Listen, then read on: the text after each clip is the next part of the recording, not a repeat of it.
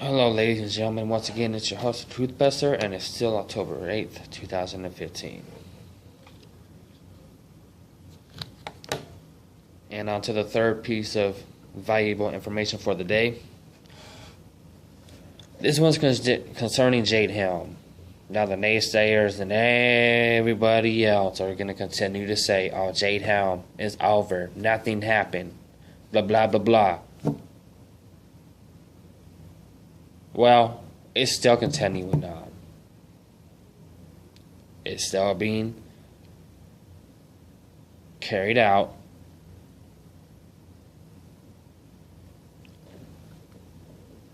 Whether we notice it or not, it's still being executed. This time it's on a more covert level.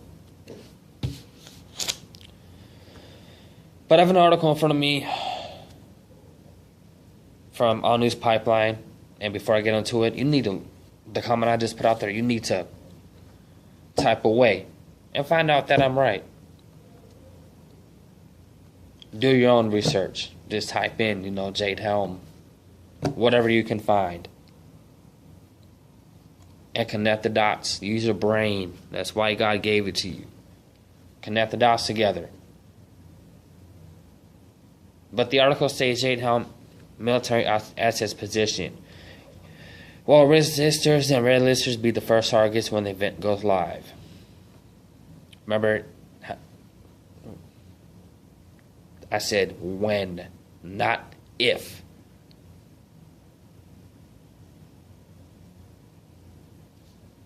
Remember, I said when, and this isn't my words. This is the words out of this article right here. When it goes live. We have maintained that Jade Helm 15 was never about declaring martial law during the supposed exercises. It was about pre-positioning military assets and gathering information to prepare for the upcoming civil unrest. And when that goes live, then they're going to post martial law. Before the Jade Helm exercises went live on July 15th, AMP was getting videos, images, reports almost on a daily basis of military assets being moved across the nation. Not only for JH-15, but for other supposed exercises and operation/drills.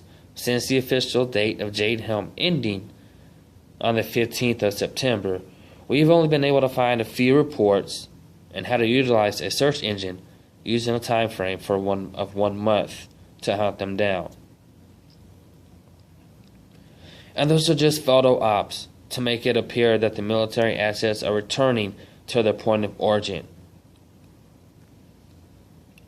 Tens of thousands of assets were captured, being moved on camera, photos, and documented, yet we only see a small, minuscule amount of those being returned. Is it a coincidence that since the alleged end of JH, we have seen Barack Obama appear before the world leaders talking about international rule of law as Obama gives his New World Order speech at the UN last month? It's also a coincidence that we're seeing calls from the mainstream labeling, and this is from the State Department, labeling the NRA a terrorist group to declare the National Rifle Organization a terrorist organization. Is it also a coincidence that Obama is now talking about gun control by executive action? And there's an article from Breitbart stated, White House, Obama preparing executive action gun control, to which some law enforcement officials are stating is really gun confiscation. Is it also a coincidence that we have seen a recent amount of more refugees to be allowed within America's borders, more of which is seen from Europe, are military age and gender? Why are the refugees mostly male and fighting age? And that's from whaleoil.go.nz, name of the article. And perhaps capable of operating the military assets position, the JH-15, that aren't returning to their points of origin. We would really like a professional statistician to tell us the odds of all this happening within the last month, specifically after JH-15, which many believed and still believe was to prepare for massive civil unrest within the U.S. borders. Well, it's across the U.S., not just the borders. Gun control has led to multiple genocides. As articles and comments across the internet show, many believe that Obama is simply talking common sense gun control. But as a writer of this article, Stephen Stanford, reminded us recently, the end of the American Empire, the worst genocide in history of all, came subsequent to licensing, permits, and registration. As the chart shows, what followed those gun control laws were ban on possession laws and confiscation laws. And the chart goes as, okay, and it's got it's titled the Genocide Chart, jpfo.org, and it's from 2002. On the far left-hand column, there's a heading, Government, and it goes across dates, targets, civilian killed, gun control laws, features of all overall gun control scheme. The first one is from Ottoman Turkey. This is 1915 through 1917. And the targets were amnesians, mostly Christians. Civilians killed, 1 to 1.5 million. And it's put the PIN code for the gun control law. But I'm going to get into the features of the overall gun control law scheme. This one, the first, permits government list of owners ban on possession. Interesting, isn't it? The next one is from the Soviet Union, 1929 to 1945. The targets were political opponents, farming, and communities. Number of death, 20 million. Features of overall gun control scheme. Licenses of owners ban on possession with severe penalties. Next one down. Nazi Germany and occupied Europe, 33 to 45. Targets, political opponents, Jews, gypsies, critics, examples, in quotation. Number of death, 20 million. Features of overall gun control scheme. Registration, licensing, stricter handgun laws, ban on possession. And this next one down is China Nationalists, 1927 through 1949. Targets, political opponents, army, conscripts, and others. Number of deaths, 10 million. And again, the overall scheme. Government permit system, ban on private ownership. China, red.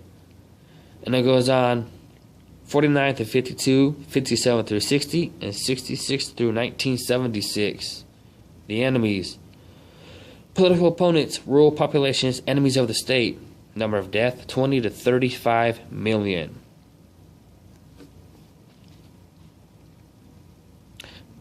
And back to the features of the scheme.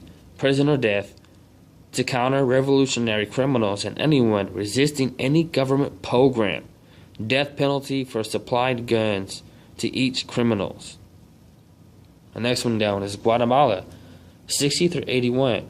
The targets were Mayans and other Indians and political enemies. Their numbers of death, 100,000 to 200,000. The scheme, register guns and owners, licensing with huge fees. Prohibit carrying guns, bans on guns, sharp tools, confiscation powers. And the list goes on and on.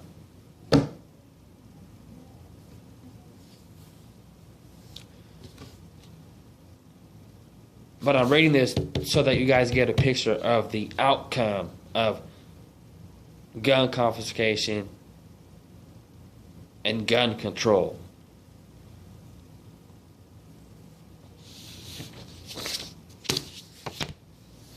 The article goes, remember December 2012, when the journal news sparked outrage after publishing the names and addresses of gun permit holders. If not, read about it at CNN.com, and you can look for the article. New York gun permit map, U.S. New York, and it's from December 25th, 2012. Or you can go to ABC News.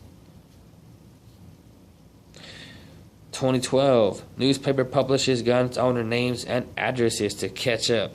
What that show conclusively is that the databases existed already with the name and location of all gun permit holders across America. Not only the databases exist, but we have seen a push for new technology to GPS guns themselves.